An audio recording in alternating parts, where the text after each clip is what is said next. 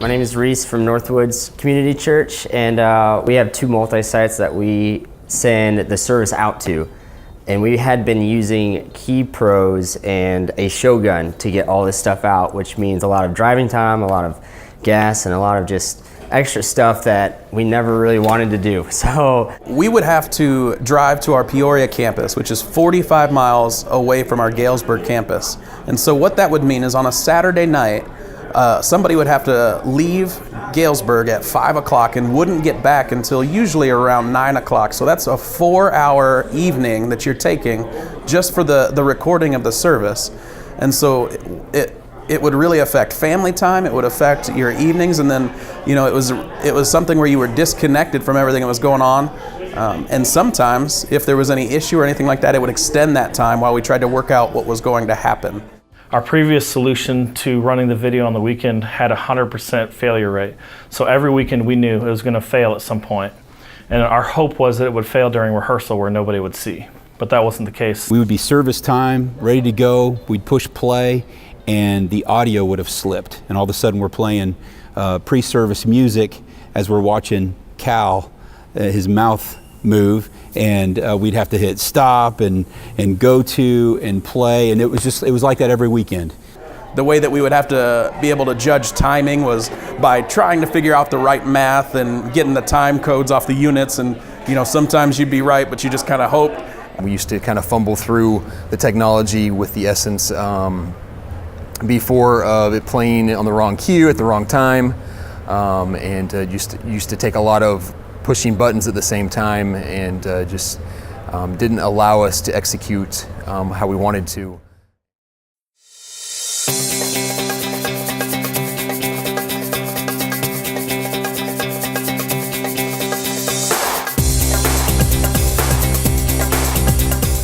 My name is Andy Rowe. I'm a volunteer at the Galesburg campus, and I wanted to show you guys today how easy it is to use our new multi-site player. the beauty of living as one is how easy it is. To teach it, to show someone how to use it, to get everyone on the same page. It's just a click of a button and cues and everything like that. So it's a really intuitive program that has done a tremendous amount of awesome support for us as a media team. Being one of the main campuses, sending the feed out, it's just been such a great process for us. We've noticed that the stress level of our weekend directors and our volunteers it's like none. I mean, they've gone from being super stressed about this and almost to the point of not wanting to serve and dreading the weekend to excited about being here and loving the easy transitions that there are and how easy it is to use the software.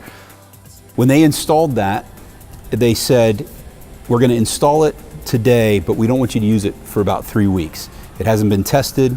You know, we can't guarantee that it's going to work okay, and we want certain people to be in town before you use it. And I kind of joked with Jason, our IT director, and I just said, man, I got to let you know, I know you didn't want us to use it, but we used it this past weekend. And he was upset. He's like, why are you doing that? And I said, man, you got to realize, man, we have been living off of 25-cent tacos for the last 5 years, and you just dropped a box of steaks, and the temptation was too great. And I think he just didn't realize the fail rate that we were having anyway. And so to have that sitting there, and it was just literally a matter of unplugging one and plugging it into the living as one, it was a no-brainer. And of course it worked great from day one. Even in a more traditional streaming tool, you're sending a video to that campus and maybe you're DVRing it at the remote location. But whatever happens from the moment you transport to the moment it gets there, whatever happens in that transport, the end user sees. And one thing that was really exciting for us, and I remember Paul in one of his first demonstrations, he's like, here, I can even just unplug the network cord and it'll keep going.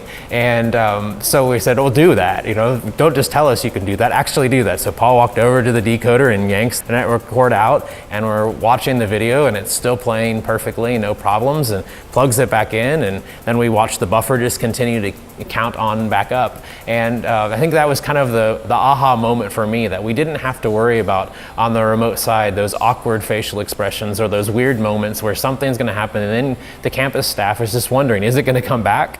Our Tuscola campus, they were live streaming, and so I would go up there and they would actually join the main campus through worship. So just imagine this room of people watching a screen for worship, for announcements, for the message, everything.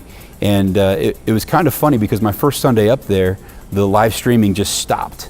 And you heard everybody kind of stop singing and look at each other, and then it started back up and they started singing again, and it was like they knew exactly what to do. But in my mind, I'm thinking you can't invite new people into that environment and expect them to be impressed by that. So since we've already been doing the Living as One at our other campuses, it was just a very inexpensive add-on to get Tiscoa in on that loop, and immediately saw the benefits there.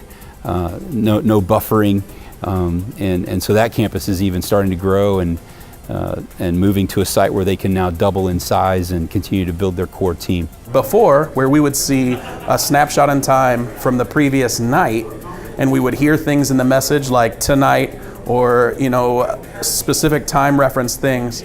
Now we don't have that, because we can be in the moment with our church in Peoria and know that when they are talking about what's going on, that's what's happening today, and they hear the right terms. And so it's really brought us all together in the moment in those times.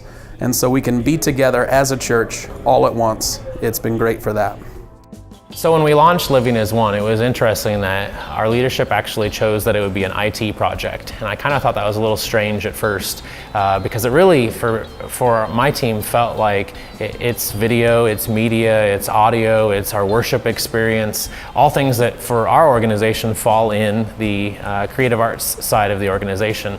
But we chose to proceed with IT leading the initiative, quite frankly, because our leadership recognized we couldn't do this project without the collaboration between IT and creative arts. And I believe that that our launching our services live and beginning to use the Living as One product has really allowed our teams to gel even more than we had before. Just to build into those relationships, some trust back and forth between our media team and our IT folks, just really the credibility being built between those two teams. And so one of the things that I've always been a little cautious about before we went live between the campuses was just this expectation of support. And we found with the Living as One product to be so resilient that beyond giving it its own VLAN, there wasn't a lot of dialing in the QoS and throttling that we had to do in order to make it successful. Some of the other products that we had tried, that was always kind of a constant thing that we had to look at. And really for Living as One, that networking piece of it is really been really simplistic, and once we got it set up, it really was pretty much set it and forget it for us.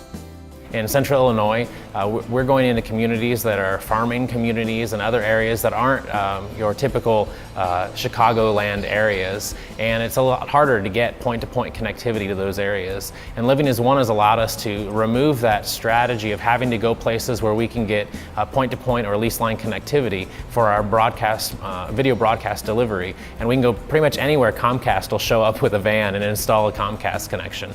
And so really that's allowed us to really allow our strategy for multi-site to be driven by where we should go and what we should do from a strategy level from senior leadership, and less from a strategy level of where the technology will let us go. And so that's really been a huge improvement in the process of how we're launching campuses and beginning to set things up from a technology perspective, because we know that the stability will be there, whether it's on a cable modem or an LTE or any other connection that we can get in the local area.